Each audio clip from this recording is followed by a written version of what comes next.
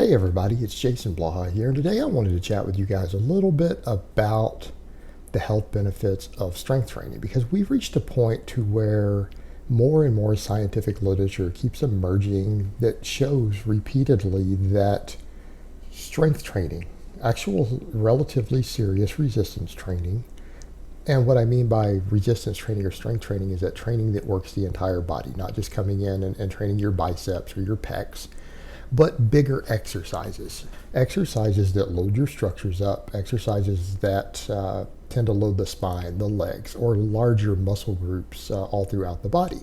And they could be any of your big barbell lifts, such as we think of as, bench press, rows, pull-ups, squats, deadlifts, things like that.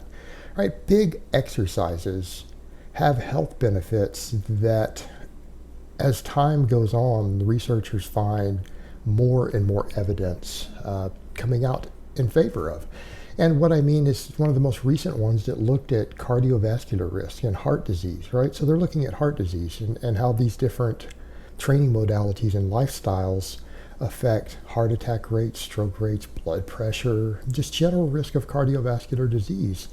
And interestingly enough, the emerging data has showed that if a person has to pick between cardio, which ironically is being called cardio, versus strength training, that strength training actually is slightly better at reducing mortality from heart disease. It's actually better for keeping you from having heart attacks, strokes, things like that.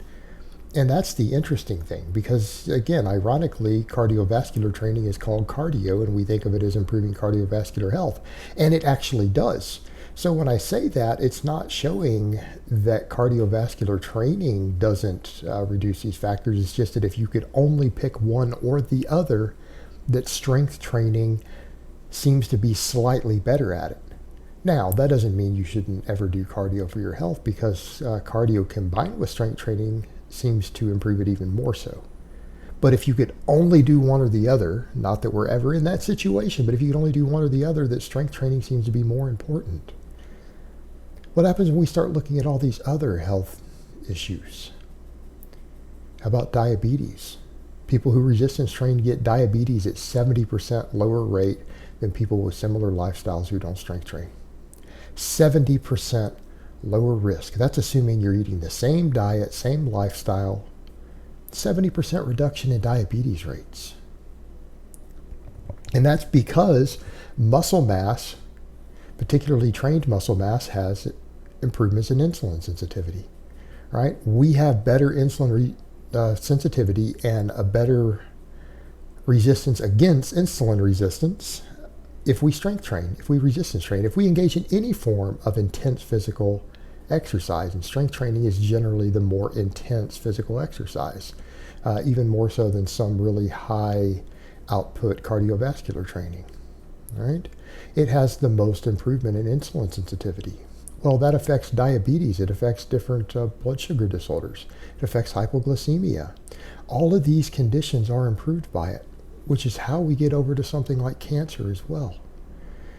Because we know that insulin resistance and obesity are some of the biggest causes of cancer. They're some of the biggest causes of cancer because people who have insulin resistance, so again, people who are predisposed to diabetes, have higher circulating levels of insulin in general, just to control the same amount of blood sugar.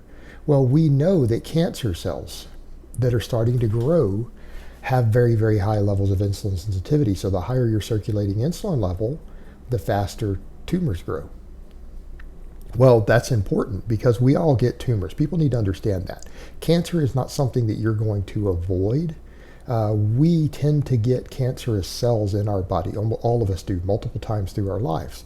It's our body's ability to fight that off before they can grow too fast that determines if they actually become malignant tumors or not.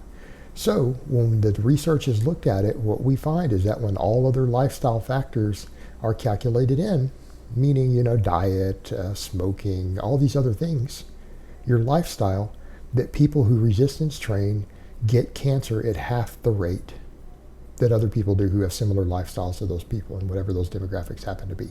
Strength training, resistance training reduces your cancer rates by 50%.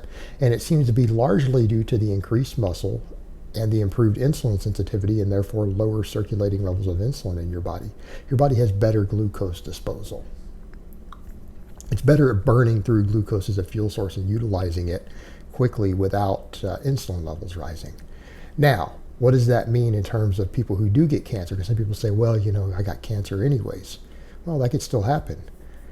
People who resistance train and continue to do so during their treatment survive cancer treatments at double the rate of non-lifters. So let's assume you have to go through some sort of aggressive cancer therapy. The general research shows that, again, it varies a bit from cancer type to cancer type and treatment to treatment, but people who strength train and people who resistance train have twice the chance of surviving cancer during treatments. Right, because again, their body is better able to fight the cancer, and of course, they have stronger, more resilient bodies, and so they're also more resilient to some of the therapies themselves. Because honestly, a lot of the treatments for cancer are horrific for your body also. In some cases, a weaker person, the treatment for the cancer alone might kill them along with the cancer. Things like chemotherapies and things. But lifters have a much higher survival rate. They have a higher survival rate. What about osteoporosis and osteoarthritis? Resistance training is the single most protective thing you can do against these things. It's the single most protective thing you can do, because lifting weights increases bone mineral density. So let's get over and talk about the bigger exercises, like me doing buck squats here, squats, deadlifts, standing presses, exercises that load your spine and load your legs. Well, they cause your body to increase bone minerals. Why? Because heavy lifting actually causes tiny microfractures all through your bones. Now, that's a good thing because that's part of the adaptative stress of it. It causes microfractures, and when they heal, your body fills those microfractures with denser and larger quantities of calcium, magnesium, all these things that make our bones hard, that make our bones strong. It tends to solidify those cracks, and it increases the bone mineral content. Well, that makes you more resistant to fractures. That makes it harder for your bones to break in general. So that affects osteoporosis tremendously. What does that do for things like your height? Well, we all lose several inches of height if we get old enough.